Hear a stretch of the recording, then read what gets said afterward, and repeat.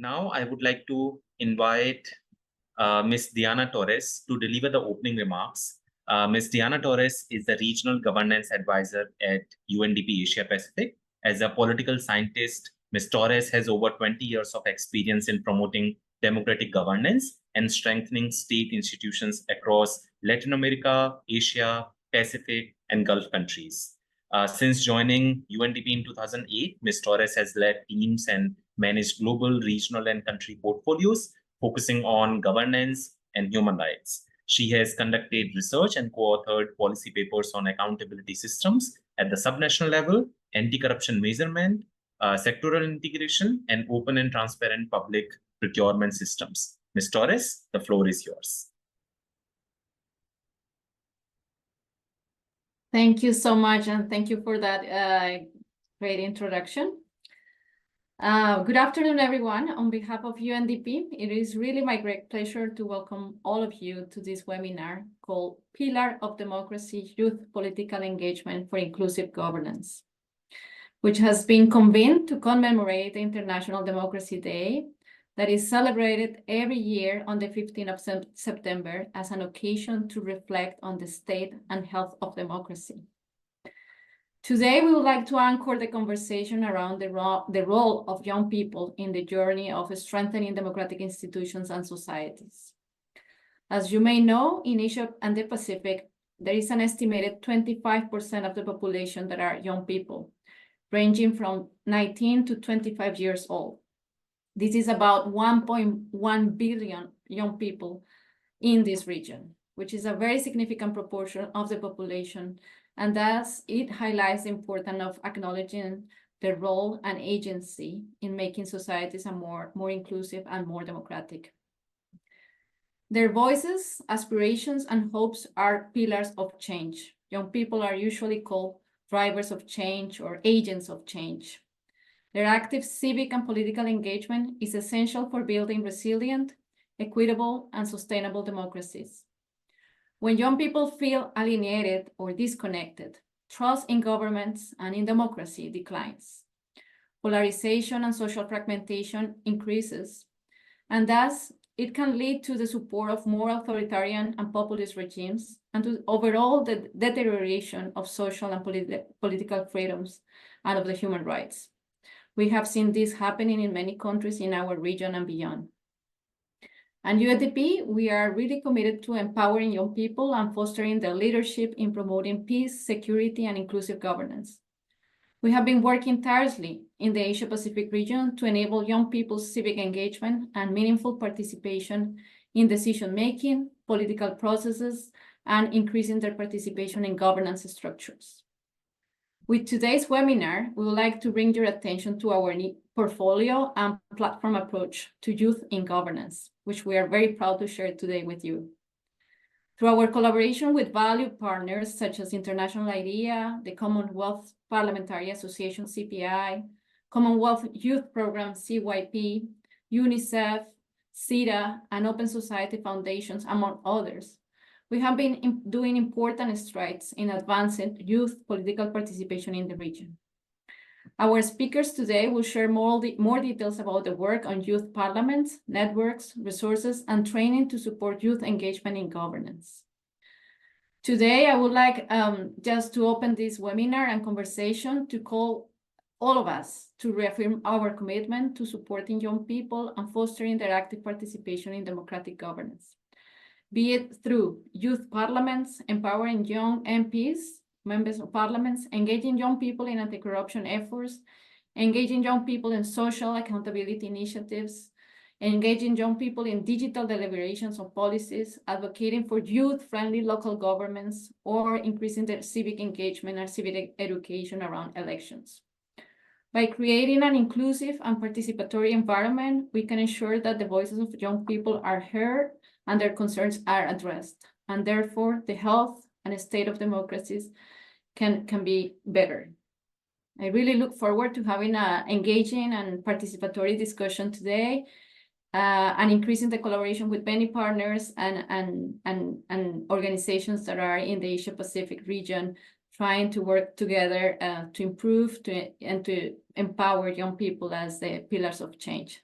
So I wish you all and all of us a great discussion today. And thank you so much for joining us and for your enthusiasm. And happy International Democracy Day. Ms. Torres, thank you so much for the opening remarks. And also thank you for leading UNDP's commitment to empowering young people and fostering their active participation in democratic governance. We are definitely excited to have a distinguished panel of speakers who will share their insights and important perspective on youth political participation. For our audience, after the presentation, we will have a 15 to 20-minute Q&A session where participants can ask questions and engage in discussions with our esteemed panelists. In the meantime, please keep sharing your questions through the question answer chat option, which is already open, and I can see some people are already posting questions there. Now, Mridul Upadhyay, would like to present a brief overview of UNDP's political participation work in the region. As the Regional Youth Political Participation and Youth Peace and Security Coordinator at the UNDP Asia Pacific, I will try to explain the web around this work and how we are trying to identify the avenues to be strengthened further. I have a small presentation, so just sharing with you.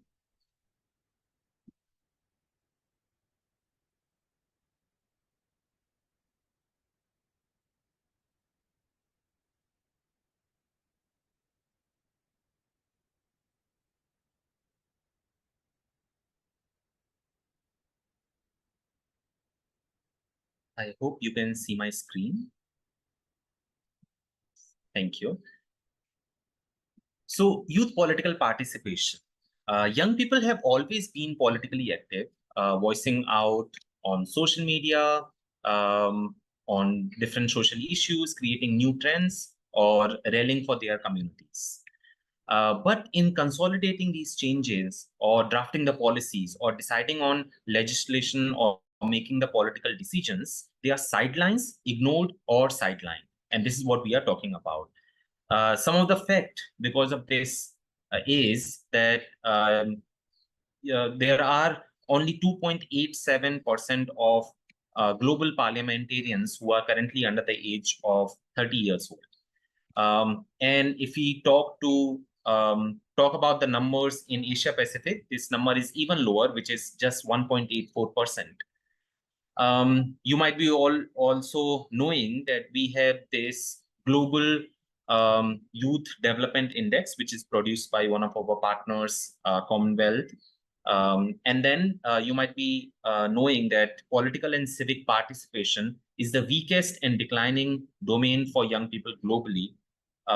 We have only 5% countries, so only 10 countries in the world which have any electoral quotas for young people at the national level, and Philippines is the only country in Asia Pacific. So when we are talking about youth political participation refer to a broad range of activities. It could be for young people, with young people, or by young people, through which young people develop or express their opinions on governance and decisions. Yeah, so it's a mix of activities. Youth political participation is needed, definitely. All of this development and expression of opinion is needed because, number one, youth political participation, or in general, political participation is a human right. It's a human right of young people. And political participation is also essential part of the good governance. And that's why we are talking about this topic today when we are commemorating the International Democracy Day. The youth also form significant and sometimes majority portion also of the population in different countries. So without their participation, their needs would never be properly met. And that's why their participation is also needed. Youth bring fresh perspective, innovative ideas, and unique lived experiences to the table, which enrich the political discourse and also different political processes. Engaging today, young people will be nurtured as a generation for often informed and active citizens for the future. So that is why also participation is needed. But then why participation is not happening is because of several different challenges. It could be social cultural norms, it could be legal hurdles, institutional barriers, limited resources, inadequate political education, youth distrust in political institutions, or shrinking civic spaces for youth activists. So multiple reasons which we need to work together. And that's how we are kind of taking a note of these and trying to work together with our partners slowly on some of these topics. To also understand the global context, then we have SDG 16, which has the target 16.7, which talks about ensuring responsive, inclusive, and representative decision making. Now, when we are talking about this, its indicator 16.7.1 talks about representation of different population groups in public life, including in parliament, public services, or the judiciary. And then 16.7.1a talks about the proportion of position with respect to the population share. So for young people, it examines how much population the country has for young people, like how much young people represent in the population, and then how much young people represent in parliament, public services, and judiciary. And that's how it is trying to see if the decision making is happening. Is it responsive, inclusive, and representative enough or not? There is also a global resolution from the United Nations Security Council.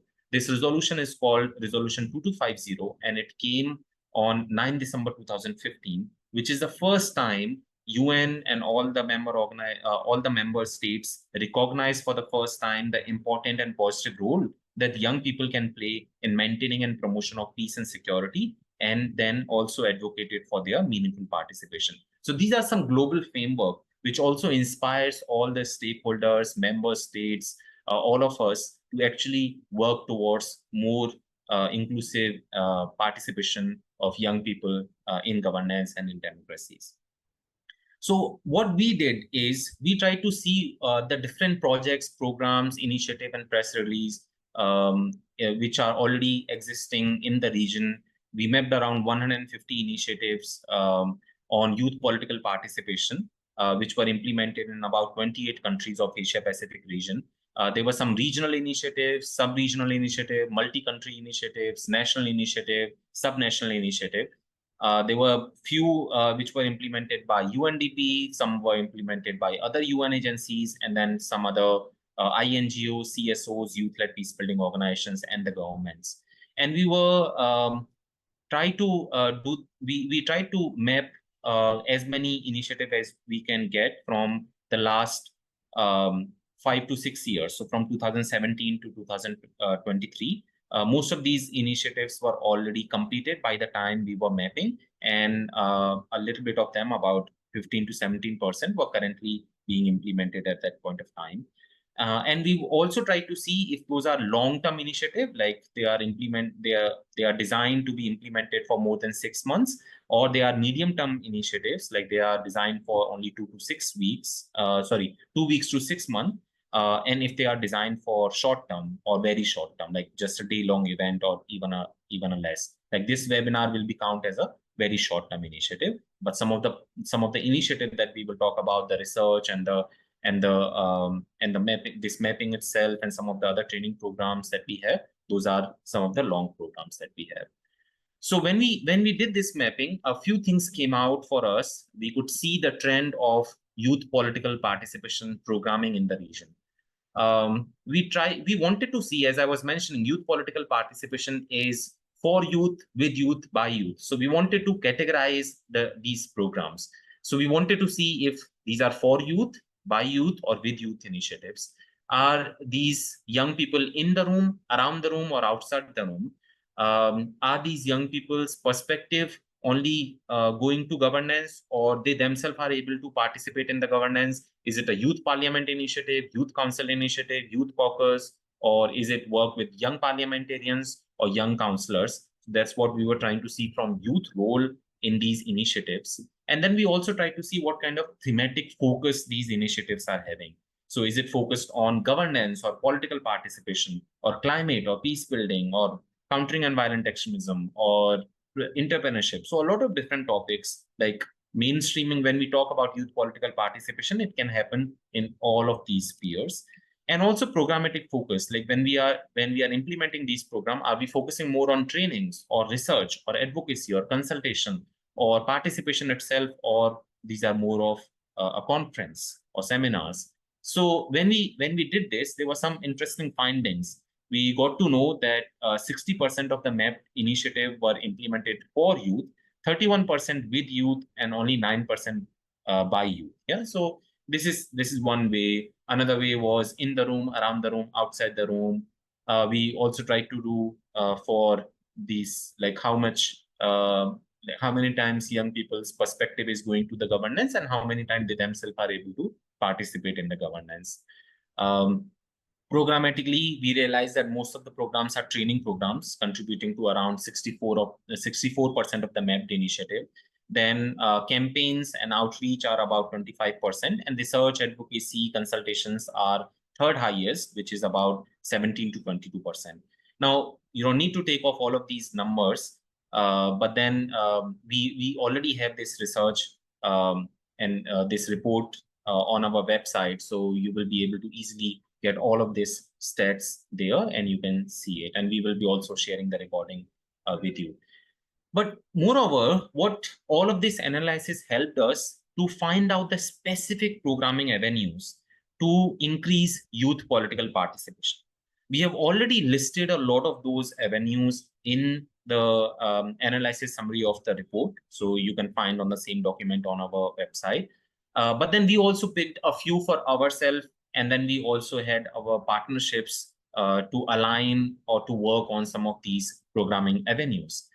So UNDP's work on youth in governance and peace building, it aims to enable young people's civic engagement and meaningful participation in decision-making, political processes, and governance structures for peaceful and inclusive societies. We are trying to work on multiple aspects of youth interest, capacity, their engagement, their active participation in politics, peace building, democratic institutions. So some programs are with young people, some programs are for other stakeholder governance who can increase their capacity, increase their engagement and active participation as well. So our work is available on our webpage, and you can see more resources around that as well. And we have some interesting partners who are supporting us. So we are being supported by International IDEA. You can read about them as well. We will be sharing these links with you later. Commonwealth Parliamentary Association, who will be speaking later in this webinar. Commonwealth Youth Parliament, UNICEF, South Asia, Climate Parliament, all of these different stakeholders. Now, what we are doing on youth political participation very specifically is, first, we realize that there are a lot of challenges that senior officials who are trying to implement some of these initiatives for increasing youth political participation, they require a lot of knowledge exchange and dialogue among themselves. So we thought of creating a network which is already in process, and we are already having a lot of connections with different senior officials, and we are trying to help them. And the same kind of networking we are trying to create for youth parliaments and youth councils in the region, because they are very much having a close proximity to decision-making spaces. And if their work can be supported, then our theory of change says that youth political participation can be more meaningful and it can be enhanced further. So we are trying to create those platforms. When we were having these knowledge exchange and dialogues with them, we realized that they also need a lot of support through knowledge creation and accessibility to these resources. So for the same, we created this CPA UNDP handbook on developing youth parliaments. This is something to support the government officials to develop better parliaments or strengthen the existing youth parliaments. And Mr. James Pinnell, who is the deputy head of the programs of the Commonwealth Parliamentary Association, will be speaking later to share more about this handbook and how this is an interesting resource to support the governments and other stakeholders, including young people and CSOs who might be working on this or advocating for a stronger youth parliament. Then we have Youth Peace and Security, Fostering Youth Inclusive Peace Process Guide, which will be further talked about by Ms. Marte, Hellema, who is the lead co-author of this document. So you will be listening directly from the people who have really worked on some of these interesting resources. And then we have a Movers Workshop on Youth Political Participation, which has been developed with International IDEA and UNICEF South Asia. So this is a program, a TOT program, Training of Trainers program, where any young person can attend this workshop. And once they have attended it fully, first they will receive the certificate, but at the same time, they will also receive all the resources which are utilized in this workshop, including the concept note, the poster template, the email templates, the presentation itself, everything, so that they can also organize the training programs for their communities. And when they are organizing the training programs in their community, then everyone attending their program will be receiving the same certificate directly from the Movers program. So this is a really interesting initiative which we are trying to promote, so that the young people can get more aware of different avenues of youth political participation. We will share more detail about this, and some of these, like all of these details are also available on the web page. And the last is we are trying to create the proof of concept. So yes, it is important that young people get to participate in decision making, but then is their participation changing anything? Why youth political participation actually should be supported? And for that, we have an initiative called Regional Youth Parliament on Climate Action. And for this initiative, we will be talking more about in our upcoming webinars. So you can find more details about how we are working with young people so that they can engage better in decision-making spaces, and also we can capture some of the changes that they are able to make in the policy-making spaces because of their participation, because of their engagement. So this is how we are working in this web, and we would also like to invite our partners to share further about how they are working in this space. And hopefully some of this work will be helpful, some of these resources will be helpful, and with this, you will be able to do more work. So with this, thank you so much. I hope you have already found a lot of different connections to some of the ideas. Now, I will pass on the floor to our second speaker, as I was mentioning, Mr. James Pinnell, who is the Deputy Head of the Programs, Deputy Head of the Programs Multilateral Engagement at Commonwealth Parliamentary Association. So this portfolio is where this includes overseeing the activities of various networks administered by CPA, including the Commonwealth Women Parliamentarians, Commonwealth Parliamentary Association's small branches, and the Commonwealth Parliamentarians with Disabilities, which seeks to promote and advance many of the thematic and strategic priorities of CPA. Mr. Pinnell also observed and oversees a number of other thematic priorities, including CPA's work on technology, innovation, and youth engagement. Today, Mr. Pinnell will be officially launching the Youth Parliament Toolkit as a valuable resource for supporting the key stakeholders in establishing and strengthening youth parliaments. So, Mr. Pinnell, over to you. Thank you very much, Mridul. I hope everybody can hear me. I would start my video, but I don't think I have those sorts of privileges given to me, so you might just have to listen. Yeah, thank you so much. You can do it. Let me try. Oh, look at that. Yeah, I do look after our technology portfolio and I couldn't even start my video. Yeah, thank you so much, Mridul. Pleasure to be here. I can see the chat is already very alive as well. So we seem to have a very engaged audience. Good morning, good afternoon, good evening, depending on where you are in the world. I'm sure we have a very international audience, and it's a real delight to be able to speak to the CPA and UNDP's Youth Parliament Toolkit, effective platforms for future leaders. It was a pleasure to work with Mridul and the whole team on this timely and necessary publication. So maybe I'll begin by just giving a short introduction to the Commonwealth Parliamentary Association, or the CPA. We are a membership-based organisation and the recognised parliamentary wing of the Commonwealth, and also the Professional Association of Parliamentarians within Commonwealth legislatures. Our mandate, very much to advance parliamentary democracy through enhancing knowledge and understanding of democratic governance.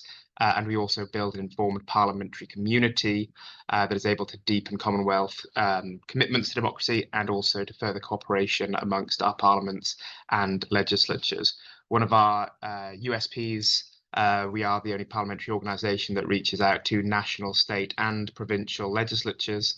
So our membership is 180 parliaments. We're a very big, wide-ranging organisation.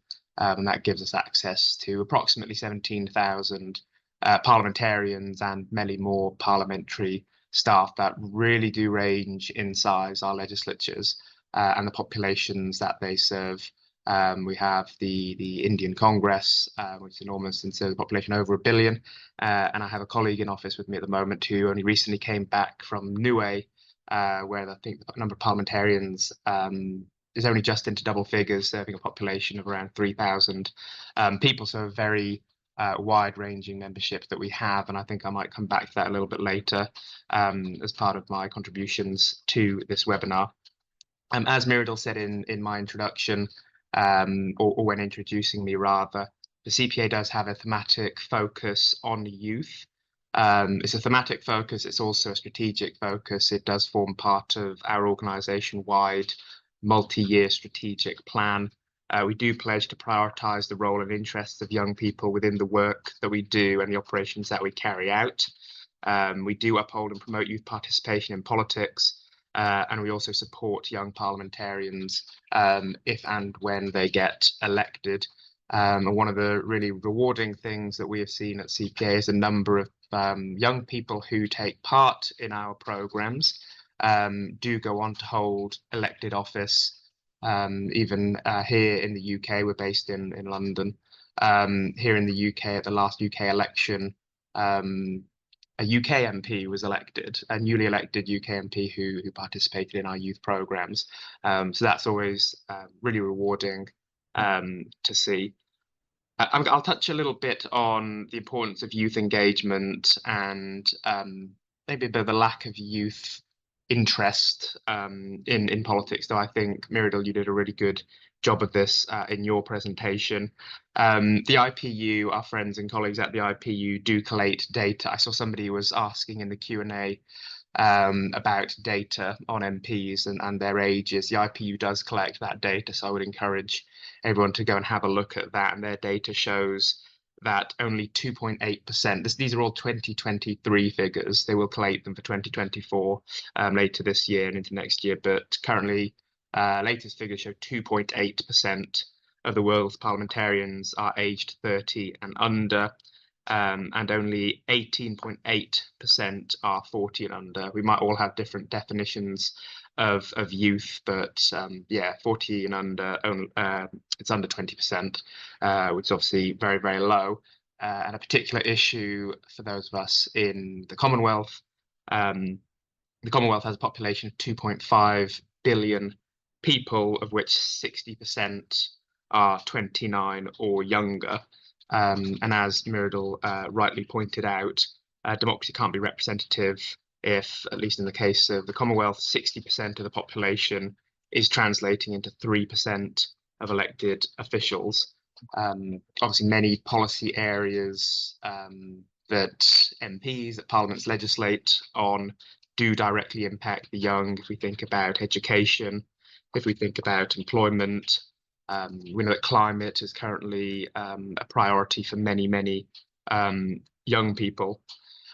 And I think there's often an atmosphere of apathy, and I think there are statistics that show there is some apathy amongst the young towards politics and towards Parliament. And some of that apathy comes from a feeling that parliaments are apathetic towards the young. So I think it's quite which is quite a bad thing, and we do need to reconcile this. And I think this handbook is one contribution to that. In the UK perspective, I want to make very clear I'm not specifically tied to the UK. We are the International Secretariat, and there's statistics on many of our other jurisdictions. But there was a report in the UK that speaks to a lot of these issues of apathy.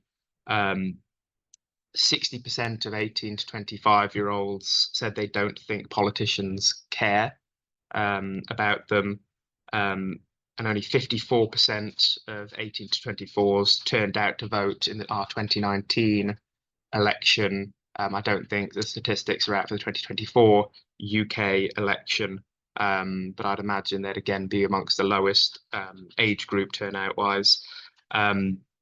And also the British Youth Council in 2023 found that 71% of young people don't feel that political parties directly speak to young people in the lead up to elections. So young people aren't making it into elected office, and they feel like those in elected office don't speak directly to them. It's not a good situation. And really across the world, it's often the case that the youngest age groups that are eligible to vote have the lowest turnout. The last French elections, under 30s, were the least likely age group to vote outside of 80 plus age group, those over 80. In the United Kingdom, like I say, they were the lowest. At the last US election, under 30s, again, the lowest. And at the last German elections, under 30s, again, the lowest. It's a pretty consistent picture. And that cycle's just going to continue. If they're not engaging, if they're not voting, if they're not standing, they won't get in, and there'll be an increasing feeling of apathy. It's a bit of a downward spiral. So suffice to say that this situation is one of the prime motivations for the CPA's wider youth work, but also specifically our Youth Parliament's handbook. As I mentioned, CPA has a thematic focus on youth. CPA also has a commitment to encouraging parliaments to be open and accessible to the public more generally, and to make sure that they undertake efforts around outreach, education, and engagement. More people generally need to know about the work that parliaments do and how it impacts their lives. And CPA does have an engagement, outreach, and education handbook for Commonwealth parliaments. I'm not here to promote that one, but just to say that we do wider work around outreach and engagement, but it's the youth that really need to have dedicated work around outreach. And also the Youth Parliament toolkit that we developed complements our work that we do in administering our own Youth Parliament. We practice what we preach at CPA. We do have the Commonwealth Youth Parliament that we deliver for citizens of the Commonwealth under the age of 30. And fittingly, our most recent iteration of the Commonwealth Youth Parliament actually took place last week in New Zealand. We had over 65 young people in attendance from right across the world, which was fantastic to see. And I look forward to hearing back from my colleagues who are on the ground in Wellington about that programme. And as I mentioned earlier, a number of our youth participants do go on to be parliamentarians, and I'm sure that some of those within that cohort will go on to achieve great things. But back to the handbook itself, one of the things that we were very keen on at the CPA, and also I know that UNDP wanted to see, was a publication that wasn't just going to sit on a bookshelf, that wasn't going to be theoretical, academic, non-applicable. We wanted an actual resource that stakeholders could use, that they could pick up at whatever stage they were at in their youth parliament journey, and actually have a resource that they could apply. And that really informed not only the content, but the structure of the handbook. It is step by step. It's somewhat chronological. You should be able to pick it up and start to appreciate what your first steps are, what second steps are, and so on. And also we tried to be very conscious that there are a wide range of contexts that stakeholders will have. There are a lot of different models for youth parliaments. Even just within our own membership, we have some parliaments that run a single day program or a half-day program where they invite young people in. And then we have other jurisdictions. I'm thinking about Scotland, I'm thinking about Wales, I'm thinking about Sri Lanka, that have very sophisticated models for their youth parliaments that involve elections and constituencies. And that was also a challenge in developing the handbook, to try and capture all those experiences. I think we did a good job, and enormous thanks to those consultants that worked with ourselves and UNDP in addressing those challenges. Amna Kausar, Keisha Peterkin, Holly Greenland, of course yourself, Mridul, Mridul, and Benyam and Doina, everyone who contributed to the handbook. So like I say, we went for a step-by-step approach in developing this. Apologies, somebody's just walked into the office. So yes, we follow a step-by-step approach in the handbook. Step one is about establishing the Parliament, and that includes selecting the young people who attend. Like I say, there's lots of different models for youth parliaments, some which involve elections and constituencies. Others, it might be from local schools. Different youth parliaments have different age categories. We have some very, very young. I think the youngest I've seen is 10-year-olds being involved in youth parliaments. And I think I've seen it go up to about 45. So lots of different definitions of youth as well. Step two is around planning, so organisation and logistics. At the end of the day, this is a programme that needs to be run. There are nuts and bolts. Step three is actually running the programme, how to manage the various activities, but also make sure that participants are getting everything out of it that they expect to get out of it, however long that engagement might be. Step four is around promoting it. How do you engage the media? Make sure that you're not only engaging in best practice, but you're sharing that you're engaging in best practice and encouraging others to do likewise. And then step five, and I think this is really important, is around evaluation. So at some point in the program, if it's if it's got a fixed time frame at the end of the program, if it's an ongoing concern, then you'd need to choose another stage at which to do this. But just to make sure that you're evaluating the program, you're always iterating, you're improving for the future, you're learning from mistakes. Again, so this really speaks to the fact that this handbook's not only for those stakeholders who are looking to start a youth parliament or build a youth parliament. You can pick up this resource if you already have a program in place, but maybe you want to see how you could change it, improve it, learn from what others are doing. We do have case studies within the handbook, which I think is really, really important. We're all about peer-to-peer learning at the CPA. And yeah, ultimately our ambition for the handbook is that our membership at CPA, which is our 180 legislatures and every stakeholder within those legislatures, are motivated to deepen and strengthen their youth engagement. I know that UNDP also wants their stakeholders to find a lot of value in this handbook too. And yeah, again, where our members don't have youth parliaments, we hope this encourages them to explore that, and where they do already have them, we hope that this encourages them to explore new methods of delivery and new ways to engage with those young people that aren't otherwise engaged with. So yeah, I'll finish my contributions there. Very happy to put a link to the resource in the chat, Mridul, and just say thank you again to UNDP for all their assistance and support in delivering this project. Thank you so much, Mr. Pinnell, for your insights and this meaningful collaboration to develop this resource. Now we had the privilege of welcoming our speaker, Ms. Sobita Gautam, who is a trailblazing young female member of parliament from Nepal. Ms. Gautam represents a new wave of young dynamic leaders and is a powerful advocate for climate justice, transparency, and anti-corruption.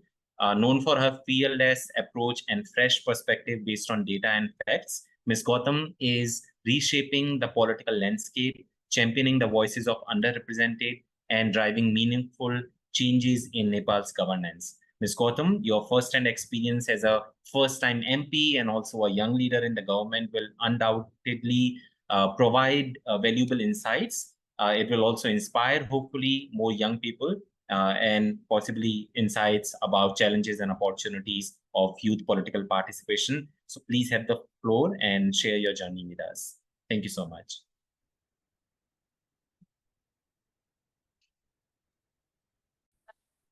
Thank you very much for the chance to share my journey.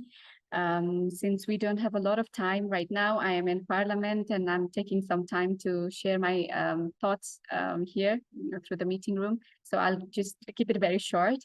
As a youngest female parliamentarian in Nepal, I've encountered both significant challenges and the remarkable opportunities.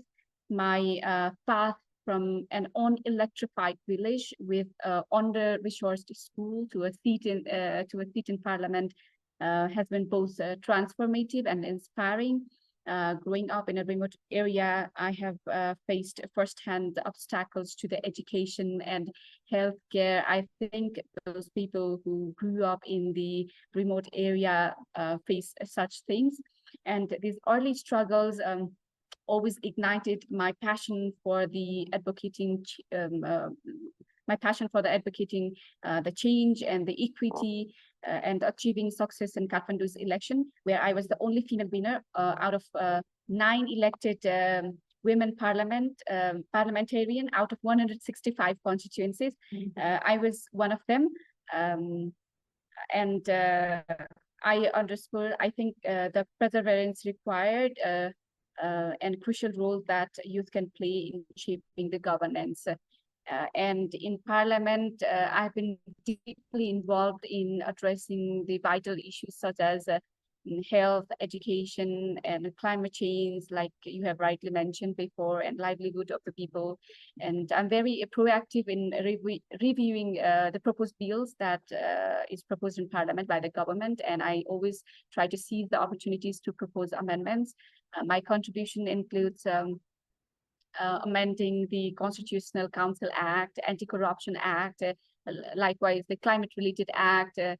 So I will always try to not to miss the opportunity to propose amendments. I think that's the role I can play in Parliament and shape the parliamentary practice. And I think I can try to block the loopholes, or breeze the loopholes that is used for the corruption and so many things. So I advocate for financial justice for the underprivileged people, and land policy reform and improvement in the civil aviation sectors. My role in the Law, Justice and Human Rights Parliamentary Committee, that is the committee that I am in, is the drafting committee. I was in the drafting committee, and I drafted the rule for the House of Representative regulation.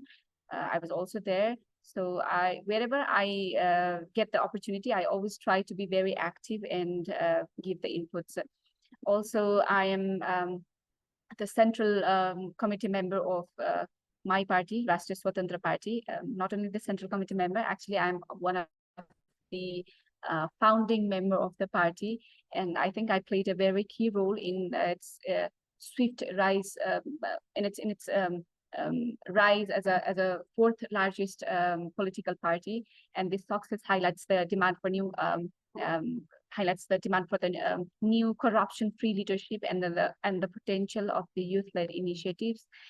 Through my campaign work, I have championed the needs for the underprivileged communities and advocated for the systematic changes. So before entering into politics, my background in media and law and youth activism laid a very strong foundation for my current role. I have actively raised awareness during health crisis, the COVID-19, and I contributed to the critical legislation through the Nepal Health Research Council, where I worked as a media person that time, and also as a assistant legal consultant. So I played a role that time as well. And my commitment to the youth empowerment, I think, and also my role as a youth advocate and a board member of a youth organization, the umbrella organization that I worked before, drives my effort to inspire young people to engage in politics much more. The support I have received actually underscores the growing self for the young representation in decision making.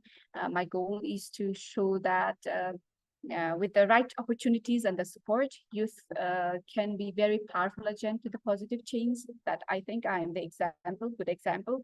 And by creating opportunities within Nepal and encouraging political participation. I hope to combat brain drain and nurture a new generations of the leaders. And with the local recognition has been rewarding. And I aspire for my work to gain international acknowledgement as well, if possible, in coming days. So my journey highlights the impact of the youth engagement in politics and the transformative potential when young voices are empowered and heard. So I think these all are my experience, and everything is going very well. At the same time, it is very challenging, but we should always keep on trying our best, no matter whatever attacks or whatever difficulties we get, we need to overpass or like overcome through that difficulties, and always try to be right on our own principle, because when the person remain right, whatever the issue is, I think that will give a very good shape, because at times mass can lead to a different direction, but the leader should be the one who can give the direction. So I always try to be in the right position, and that is my main motto, and that is how I'm doing everything in the parliament right now. So this is from my side. Thank you very much for the opportunity. Right now, my house is going on, so I spare some of my time to share my things here. I hope this is, I think, something. I hope this information or like my journey can be helpful to other people, young people who have joined today's webinar. So I'll promise I can be available in many other opportunities, but I think this is all for now. Thank you for the opportunity.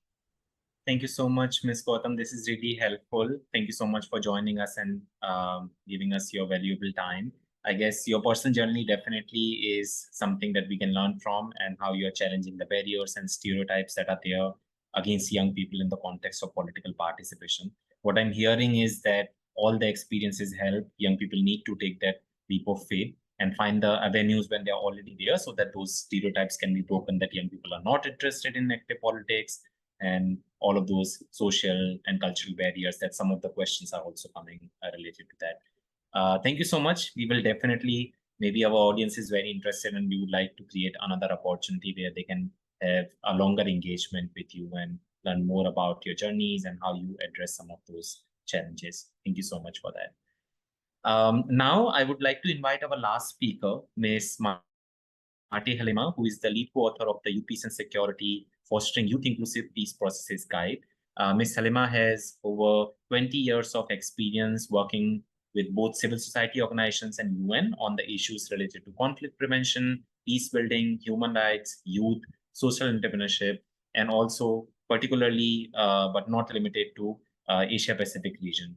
Her past experience has included involvements with several global organizations like Global Partnership for Prevention of Armed Conflict, GPAC, the Asian Forum for Human Rights and Development, Forum Asia, the United Network of Young Peace Builders, and UNDP and OHCHR. She has various publications on her name, including the one that she will be talking about here in the field of peace building, advocacy strategies, human rights, and freedom of expression, among many other things.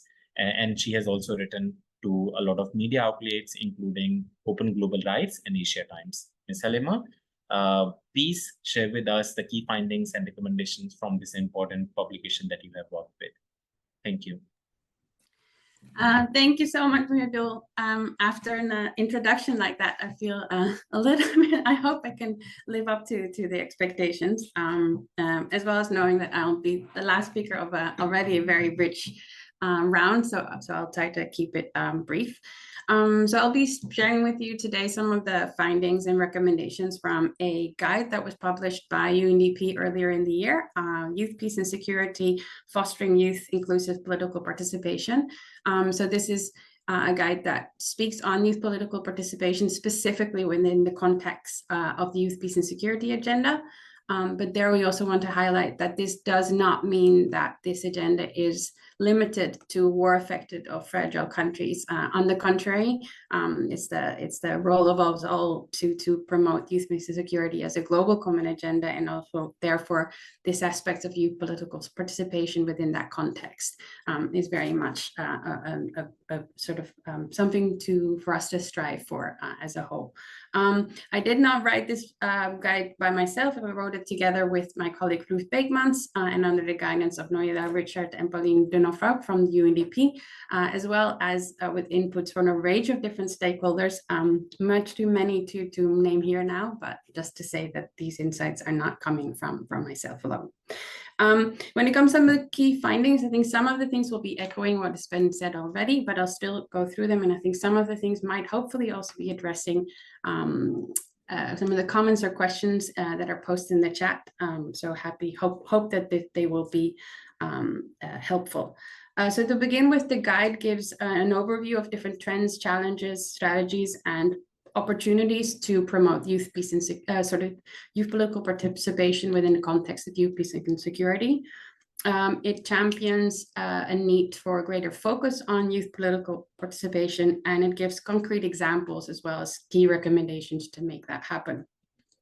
Some of the recommendations, I think, are things that have, some of the key findings are things that I've mentioned already. So one is that contrary to a stigma that young people often have, young people are actually very politically active across the globe in a myriad of ways, whether they be from young people taking the streets, being politically active online, or joining more formal systems like youth councils, or indeed, as was shared earlier, the becoming members of parliament.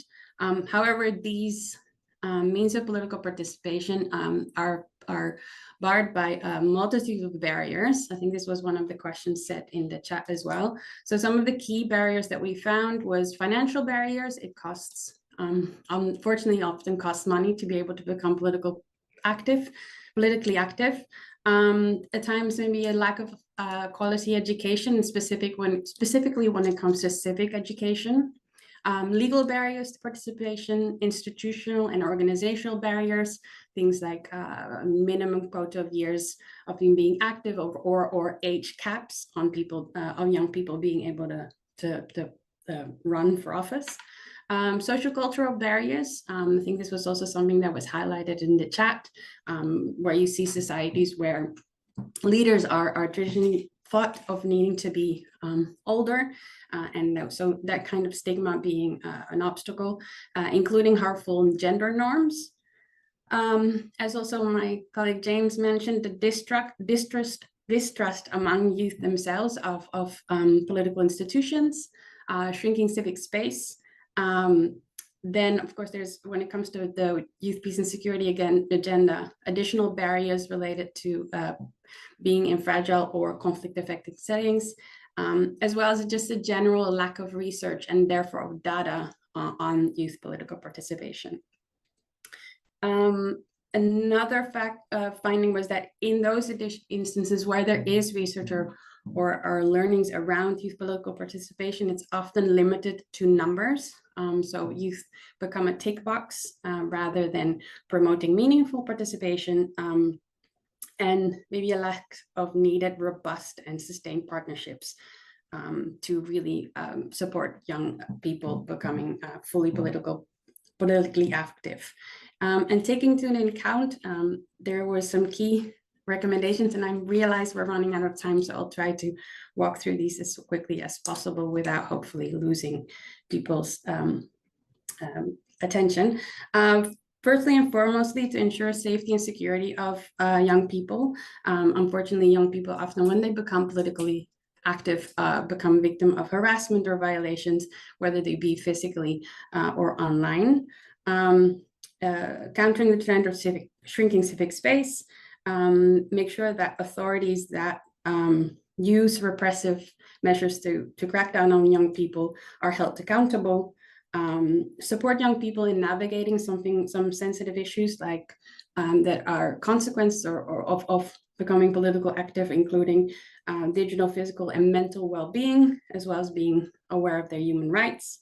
advancing the mainstreaming of youth in politics, and in that specifically also marginalized youth. This is also, I think that's something that came up in the chat. So young women, Indigenous youth, LGBTIQ youth, young people with disabilities or economically disadvantaged youth. Promoting more research, data collection, and learning around youth political participation, sustainable funding models, and I think unfortunately that's one of the key issues as well.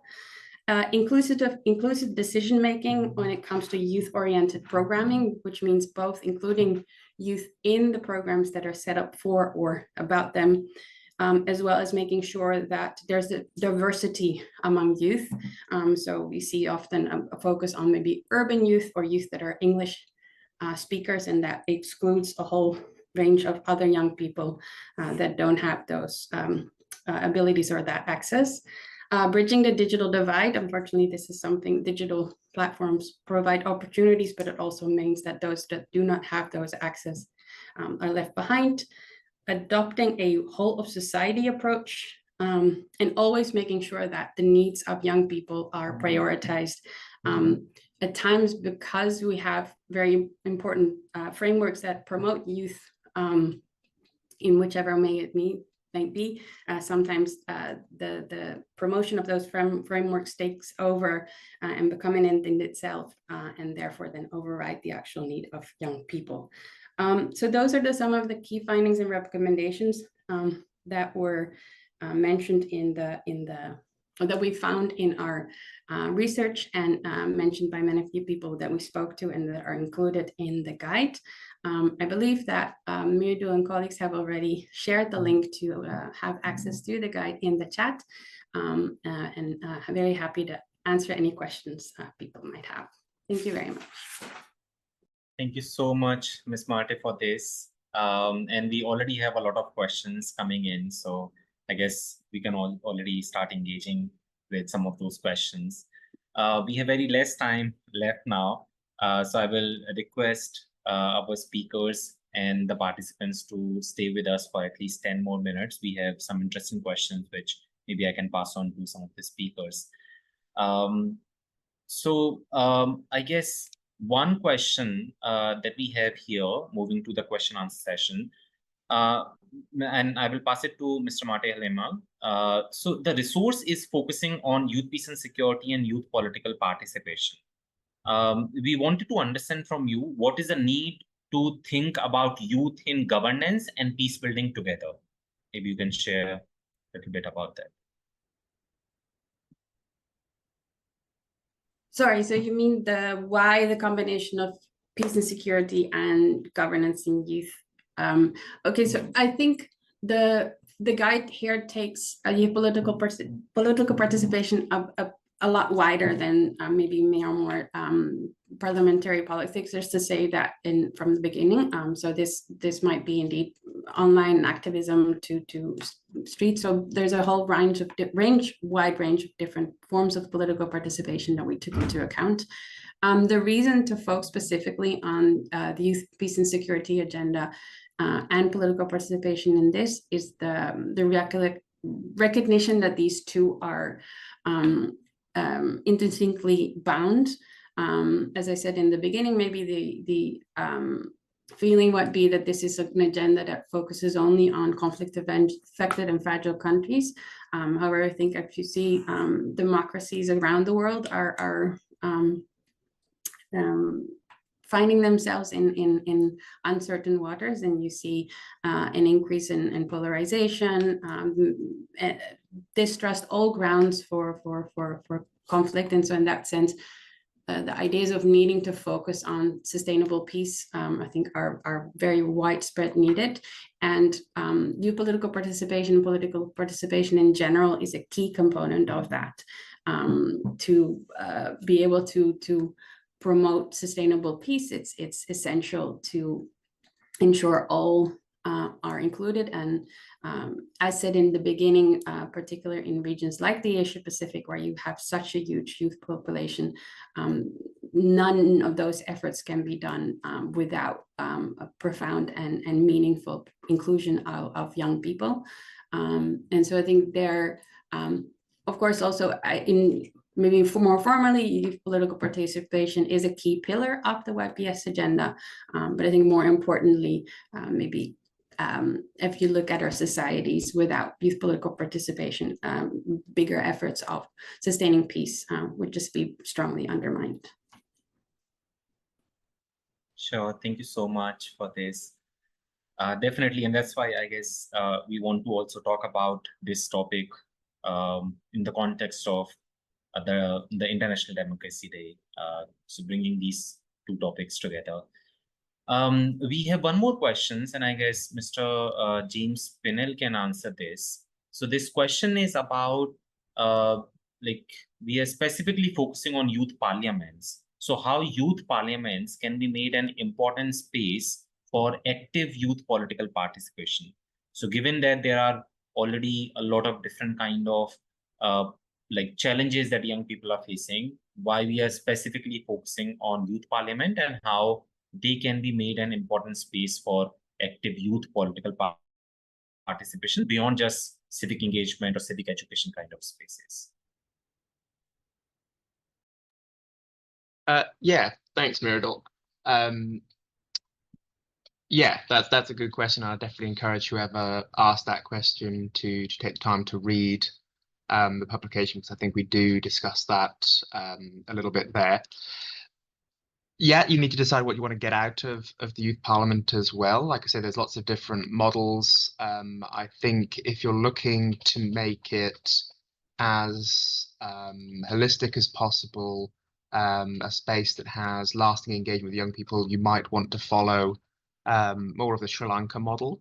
I think you're going to get limited engagement from a half-day program.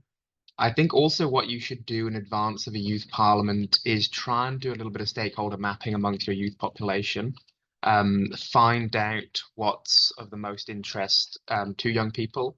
I mentioned some policy areas that young people are most engaged in, which they might feel apply to their situation the most. They might not be quite so engaged in complex tax codes and that sort of thing.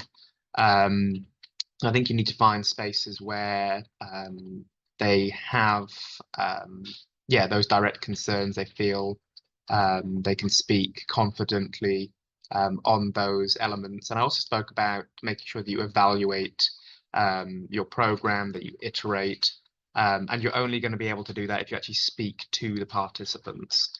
Engage with them, ask what they want off the back of their attendance or as part of their attendance. If it's an ongoing activity, it's really all about dialogue.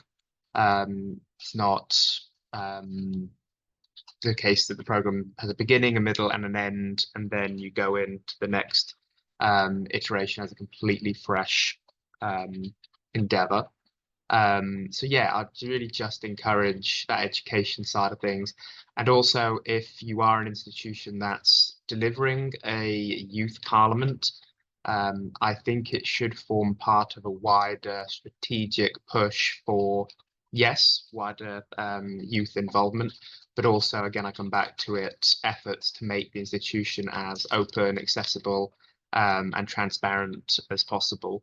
Collect data on who your stakeholders are, make sure that those within Parliament know whose responsibility it is to engage with the public, to engage with young people, and yeah, make sure that those dialogues do form part of a wider strategic multi-year push to engage with those voices that aren't typically being engaged with at the moment.